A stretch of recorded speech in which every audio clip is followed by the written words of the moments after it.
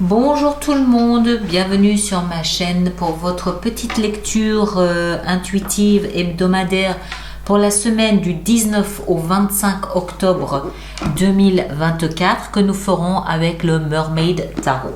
Très joli jeu. Alors, voyons voir pour cette semaine du mois d'octobre ce que nous avons. Trois petites cartes.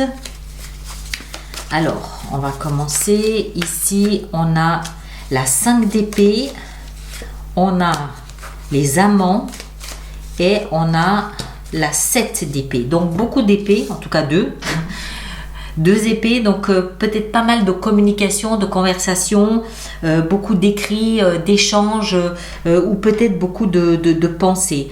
A priori, j'ai presque envie de dire une dispute d'amoureux.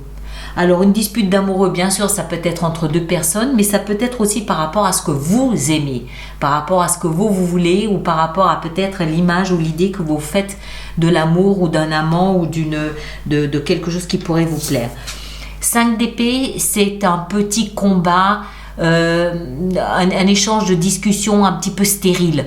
C'est celui qui va avoir le dernier mot, c'est celui qui parle, qui fait des remarques pour blesser. Ça sert à pas grand chose. C'est des mots, des phrases qui fusent comme ça et qui servent à rien d'autre que à blesser peut-être un petit peu l'autre. L'autre, c'est a priori le partenaire. Maintenant, ça peut être un partenaire professionnel aussi, ça peut être un membre de la famille également. C'est a priori son alter ego. Mais encore une fois, ceux qui ne sont pas forcément dans un échange amoureux, ça peut être un membre de la famille ou un collègue ou un ami. Donc on n'est pas d'accord, on n'est pas sur la même longueur d'onde et puis on le fait savoir très clairement, très nettement. Et ici, 7 d'épée, c'est pareil, c'est quelque chose de pas très joli la 7 d'épée. C'est un petit peu le piège tendu. Il y a de la trahison, il y a de la traîtrise, il y a de la manipulation. C'est pas très sympa. Bon, la bonne nouvelle, c'est que ça ne dure qu'une semaine, donc ça c'est plutôt bien. Et puis, on n'oublie pas que en fait, tout part d'un désaccord. Tout part du fait qu'il y a une différence dans le point de vue, dans l'échange, et on le dit, on le fait savoir. Ça peut être soi, ça peut être l'autre. Donc forcément, ça blesse, ça meurtrit, et puis il y a une réaction. En fait, c'est un enchaînement, ça va crescendo. Le désaccord, la mésentente va crescendo. Donc, il est fort à parier et à espérer que la semaine prochaine, ça repart, ça redescend un petit peu, qu'on tempère un petit peu et qu'on arrive peut-être à trouver une issue, une solution. Mais cette semaine-là, du 19 au 25, ça va plutôt crescendo et puis, c'est pas la bonne période pour faire des projets de voyage à deux ou des petits bons moments à deux. C'est pas forcément la bonne période, d'accord? On attend de voir la semaine prochaine ce que ça donne. Alors, on va compléter notre petite lecture ici comme d'habitude pour cette semaine et on fait ce complément avec le tarot de la Renaissance. On va essayer de savoir un petit peu mieux pourquoi ça part en conflit stérile. Bon, c'est pas grave, des disputes, ça nous arrive à tous. Le tout est de pouvoir se dire ce qu'on a à se dire et puis d'arriver à calmer le jeu en fin de semaine. Alors, 5 d'épée, qu'est-ce qu'on a? On a la tempérance.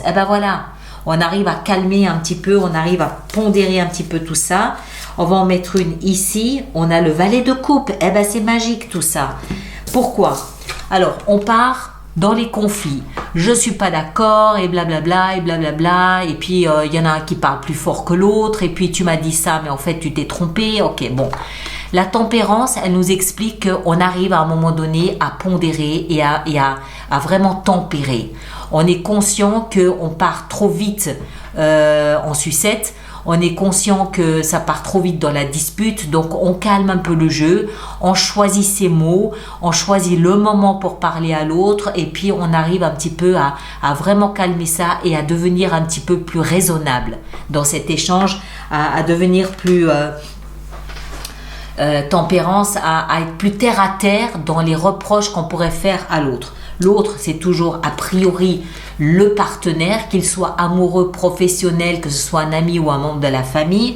Et puis la 7 d'épée, c'est-à-dire ce besoin qu'on a peut-être de tricher un petit peu, d'arranger la vérité en notre faveur, de manipuler, de tendre un piège, c'est un peu un guet-apens. C'est pas très méchant non plus, mais c'est peut-être vouloir prendre l'autre sur le fait ou en fait le désarmer. C'est-à-dire lui couper l'herbe sous les pieds pour qu'il ne puisse pas nous rendre notre monnaie de la pièce, ce genre de choses. Et avec ça, qu'est-ce qu'on a? On a le chevalier, non le valet, knave, on a le valet de coupe. Ça veut dire qu'à un moment donné, on repart dans les émotions et on recommence à être tout mielleux, à être tout doux, à être tout gentil, voire à présenter des excuses à l'autre. Parce qu'on est conscient que c'est allé trop loin, on est conscient que ça sert absolument à rien et en fin de semaine, on est plus dans les émotions, on est plus dans le ressenti, on est plus à parler de ce qu'on a dans notre cœur, à parler de ce qu'on ressent, plutôt que dans la vindicte et dans la manipulation. Encore une petite, le roi d'épée.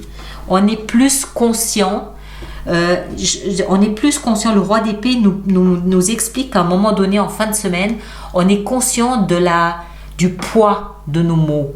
On est conscient qu'on peut faire mal. Le roi d'épée, quand il tranche, il tranche. Il y va pas par quatre chemins et il choisit pas ses mots, lui. D'accord? Donc, on est plus conscient que nos mots peuvent blesser, nos mots ont du poids et on va être plus en mesure de mesurer ce qu'on dit, nos propos, qu'avant.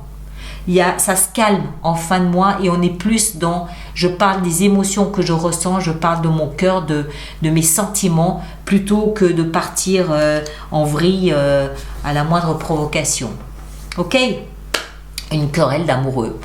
Prenez grand soin de vous et à la semaine prochaine. Merci beaucoup.